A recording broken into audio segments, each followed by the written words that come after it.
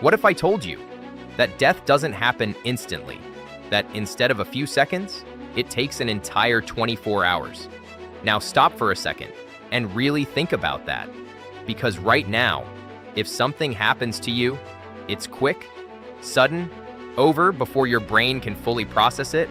But what if that wasn't true? What if the moment your body dies is just the beginning, not the end? Now imagine this. You're going about your normal day. Everything feels completely fine until suddenly something happens. Maybe your heart stops. Maybe there's an accident. Maybe something you never saw coming. And just like that, by today's definition, you're dead. But in this world, you don't disappear. You don't fade out. You stay fully conscious, trapped inside your own body for the next 24 hours. Now let me ask you something. What would that feel like? To know you're dead, but still aware, still thinking, still experiencing everything. Because the first thing that happens isn't peace, it's confusion. Your brain doesn't understand what just happened. Signals are still firing, thoughts still forming, but your body isn't responding. Now imagine trying to move, to breathe, to scream, but nothing works. Your body is there, but it's no longer yours.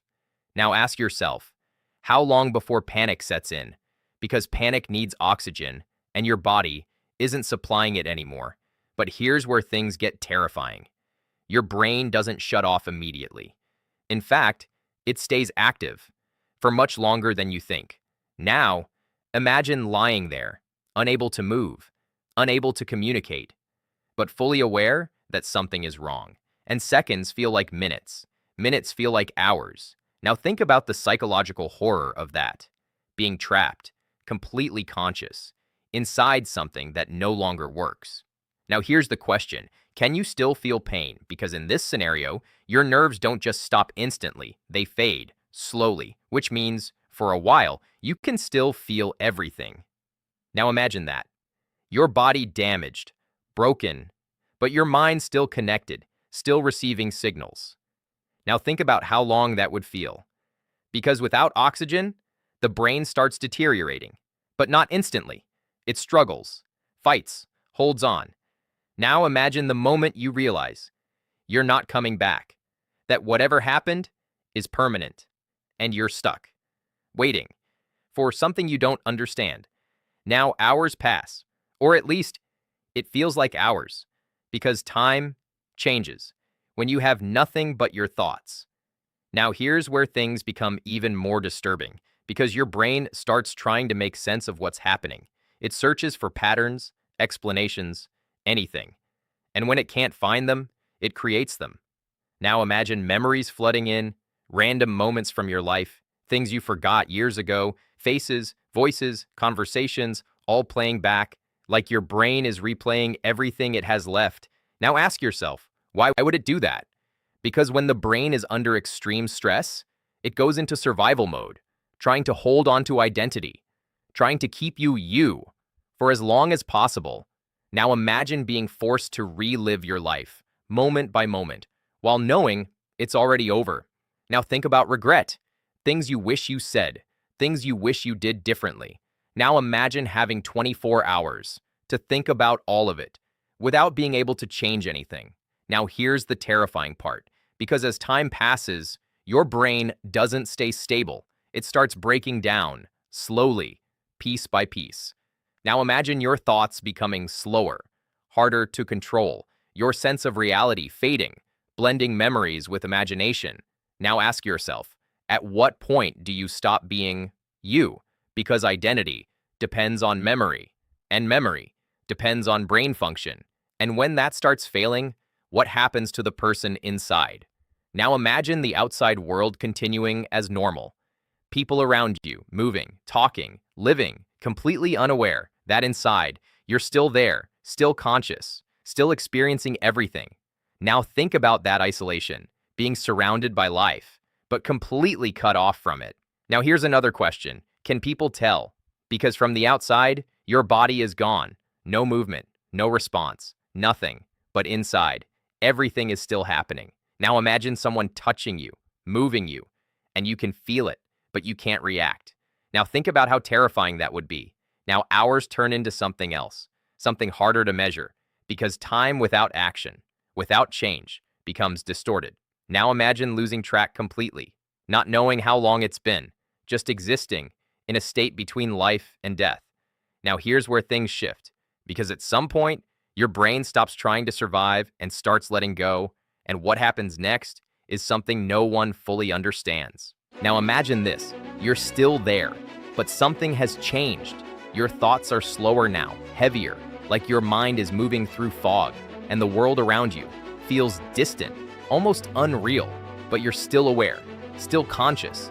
And that's what makes this so terrifying, because you know, this is the end, but it's not ending. Now let me ask you something. What happens to the human mind when it knows it's dying, but doesn't die? Because at this point, your brain isn't just shutting down, it's transitioning, slowly, painfully, into something else. Now imagine your memories starting to lose their order, moments blending together, past and present collapsing into one. You're not remembering things anymore. You're experiencing them again. Now think about that. Reliving your life, not as a sequence, but as fragments. Emotions without context, faces without names, voices without meaning. Now ask yourself, how long before you stop recognizing yourself? Because identity depends on continuity. And when that breaks, what's left? Now imagine the hallucinations beginning.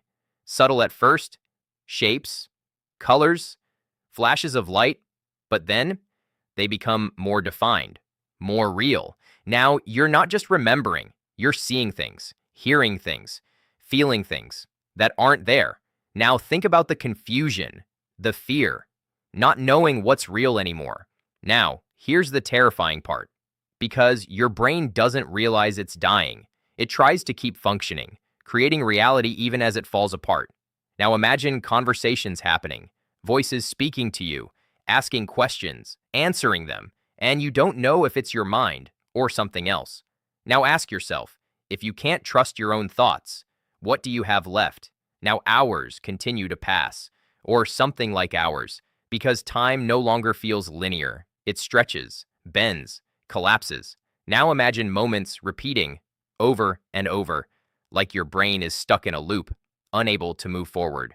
Now think about the psychological weight of that, being trapped, not just in your body, but in your own mind.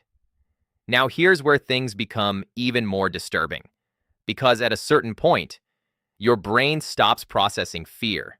Yes, fear disappears. Now imagine that. All the panic, all the terror, gone, replaced by something else, something quieter, something almost peaceful. Now ask yourself, is that relief? Or is that the final stage? Because when the brain can no longer sustain emotional response, it shuts it down. Now imagine your thoughts becoming simpler, slower, fading, until there's almost nothing left. Now think about that moment, when you're no longer thinking in words, just sensations, fragments, fading signals. Now here's the question. Is that still you, or has you already ended? Because consciousness isn't a switch, it's a process. And in this scenario, it's a long, slow process. Now imagine the final moments. Not a sudden blackout, but a gradual dimming, like lights going out one by one until there's almost nothing left. Now think about how different that is from what we expect. We imagine death as instant, but what if it's not? What if it's a journey, one that lasts hours, one that forces you to face everything, your life, your thoughts, your fears, until there's nothing left to hold on to? Now here's the final question. If death took 24 hours, would it change how you live? Because knowing that you would have to experience every second of it, every thought, every regret, every memory, would you live differently? Would you choose differently? Now think about that, because maybe the scariest part of this scenario isn't the dying, it's the thinking, the awareness, the time. Because sometimes the real horror isn't the end, it's the journey getting there.